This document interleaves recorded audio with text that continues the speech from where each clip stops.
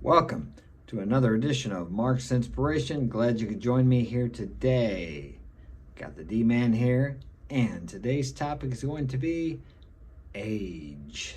And the reason I picked age is because I had commented on, excuse me, on Rich Cooper's site. He was talking about body count in comparison to men's body count and women's body count. How many women a man has slept with, and how many men a woman has slept with, and the differences and why it makes a difference. As most of you know, if you're a man and you have had a lot of women, people look at you as an authority or a stud, they don't look at you as a tramp, as opposed to a woman who's had a high body count, who's been with a lot of men. People tend to look down on her and think of her as a loose girl or a tramp. Okay, I saw a video the other day, and this guy described this well, because the reason that is because a man actually has to put out effort to approach, to woo a girl, to talk to her, to get her to go out with him. Okay, as where a woman, all she has to do is say yes, no effort at all. So much easier for her. As a man has to actually be somebody and have something within himself to attract a woman enough that she will sleep with him. A woman, all she's got to do is spread her legs. I mean, I know that sounds crude, but it's just true, unfortunately. But that's the way it is. Now, is that fair? I don't believe it is, but that's just the way it is. That's the way we look at it. That's just the way it is. Whether you like it or not, whether it's fair or not, if you don't like it, go talk to the big guy. I didn't make it that way. Anyway, so here we are. I made a post and I said, yeah, it's tough these days to find a girl over 20 who has less than 5 men. When I was younger, it was much easier. Yeah, when I was younger, if a woman with 20 had 5 men, it was okay, but it was borderlining on she was easy or she was kind of trampy. Nowadays, if you can find someone 20 or under that's had less than 5 men, you've got a unicorn there almost. At least that's what it seems to be to me. It's just so blatant with the social media, Instagram, Facebook, all that, where they get on there and basically sell themselves for a little attention.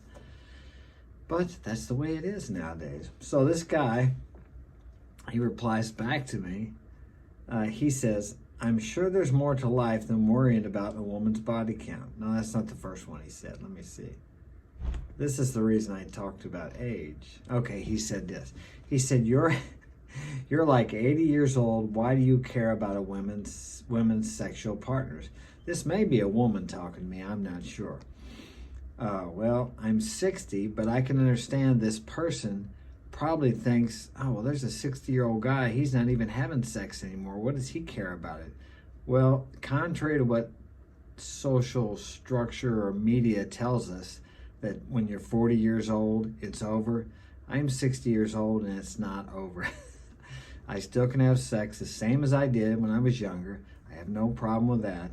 Okay, I can still get in the ring with my sons and spar, or get in the ring with anybody. I'll tell you what, there isn't too many 20-year-olds out there that could whip me in a fight or in the ring boxing, unless they're a professional or amateur or professional MMA fighter and they're pretty good, or they're a professional athlete like a football player. I'm in good shape. I can still fight. Just because you're 60 doesn't mean that that's the end. I used to work for a guy, I think I mentioned this the other day. He was 76 years old, and that was when I was 16 and 17. That guy could work me into the table, and I was a hard worker. So don't believe because a man's 60, 65, or 70 that he's washed up, because he's not. But that's what the TV, the media would have you think, because they're already telling you. When I was 50, they were sending me this AARP stuff about retired people. They'll have you on medication. They'll have you stand on the couch. They'll be telling you, oh, you're getting too old for that. You're getting too old for that. I work with my sons, okay? They're 17 years old to 20 years old. And when we get done at the end of the day, they're stiff, they're sore, they're complaining more than I am. I can work those boys under the table. I mean, I get more done. Of course, I'm more efficient because I've been doing it longer and I have a very physical job. I have 2 or 3 businesses, but one of them is I'm a painting contractor, okay? And it's very physical work. We do a lot of ladder work, a lot of heavy work, a lot of hard work, which I love, okay? I love to do that. And plus I work out to stay in shape. Most young people can't do that. That's why we have all the Mexicans and Spanish people up here working, doing the hard work, the skilled labor, because most Americans are soft and they don't want to do it. They don't know how to do it. When I was 17, when I was 16 and 17, when I worked for that man I told you about, I used to dig ditches. When I would wake up in the morning, my hands, I couldn't hardly open them up because they were so tight from holding that shovel all day. Okay, I have the same thing now. I feel no different now than I did then. I can do the same things I did when I was in my teens and in my 20s. I'm in as good a shape as I was then. I can get in the ring right now and spar a good hard 3-minute round. Am I going to be wore out? You damn right I am. I'm probably going to feel sick when I'm done, but I can do it. Most people in their teens or the 20s, I'd say 96-7% of them can't do that. They just can't. They're so out of shape. So the age thing is all in your mind. Of course, I'm going to get old and die. Guess what? From the time you're born, you're dying. Yeah, newsflash. That's just the way it is. So I wasn't sure if this guy was a troll or what the hell he was. So I asked him, are you one of those trolls I heard about, or are you really serious with your question? Because if he's serious, I wanted to explain to him or try to help him out, because I know a lot of people's conception is that when you're over 30 or 40 that you're done. And if you believe that, then that becomes true for you. But it's not true unless you want it to be true. I don't take any medications. I don't do anything. I eat healthy, I take care of myself, and I'm in good shape. I'm happy. I plan on living a lot longer. And unless I have a car accident, I believe I will. Okay. So I asked him that, and he says, does it look like I'm trolling? So I went on to tell him, I have a hard time reading this. Let me see if I can get this. Well, I can't pull it down there. But anyway, the point is, he never got back with me after I told him the last thing there that, actually you're not. I said, you must be conditioned by society to believe that after you're 40 that it's over. And I never really thought about it before, but that is kind of basically what the news, the media, the TV, everybody tells us. Even doctors tell us, well, you're not as young as you used to be. Well, no, you're not. But you're not as old as you think you are. Most people are buried before they ever get to the grave. They die before they ever get to the grave because they believe all that. They believe all that. So how many people can get up and run a mile right now? Very few. I can. I could run a couple miles. Now, I haven't ran for probably 3 or 4 months, so it'd be a little difficult for me, but I could do it. Okay, it's because I work out, I lift the weights, and I do other things to stay in shape. When I'm at work, I move fast enough that I get aerobic benefit from it. Okay, and you can use your work if you don't want to work out. You can actually use your work if you work hard and work in a way that's really efficient. That is, unless you have a desk job. You can actually use that as a workout. I've actually seen people that they teach that to use housekeeping as a workout just by the way that you do it. So the whole point of my message today is you're not old, okay?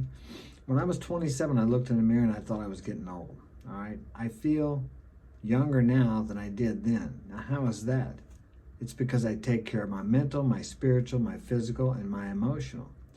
Okay, there's more parts of it than just your physical, but first you need to take care of the physical, okay? Because if you don't eat good, you don't work out, you don't take care of it, you're going to feel like crap. You're not going to feel like taking care of anything else. Well, I don't know if that's the first thing, but you need to combine and take care of all those things, everything. You're not just a physical being, you're not just a spiritual, you're not just emotional or metaphysical, whatever you want to call it. There's different parts of you, but they're all one part. You have to care for all of this. Everything is important.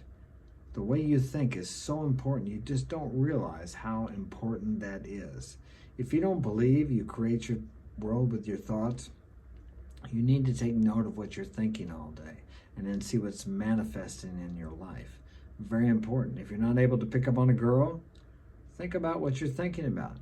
When you see a girl that's pretty, do you think something like, she probably wouldn't want me, or she's probably with this football player, or she's out of my league, or any number of things that you use to not approach because you're afraid. Thus, you need to work on yourself. Now, one thing about being physically fit is you don't do that so girls will like you or be attracted to you as much as you do it so you feel good about yourself. It builds your self-confidence, your self-esteem. People who don't work do not have the same opportunity to feel good about providing service to society as people who do. Very important. I guarantee you, I would rather work for money or have money work for me. I think you understand what I'm talking about.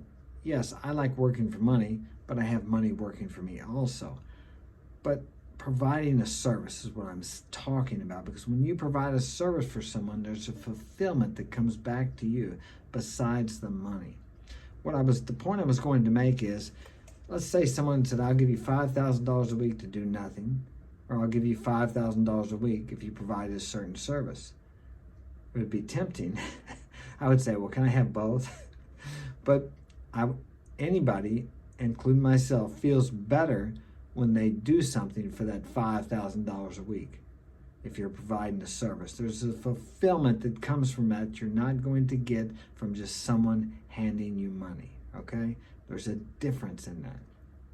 I hope this has helped you today. Share it with a friend, smash that like button, and subscribe. You want to get my help personally? You can contact me at marksinspirationalguidance@gmail.com. Have a great day.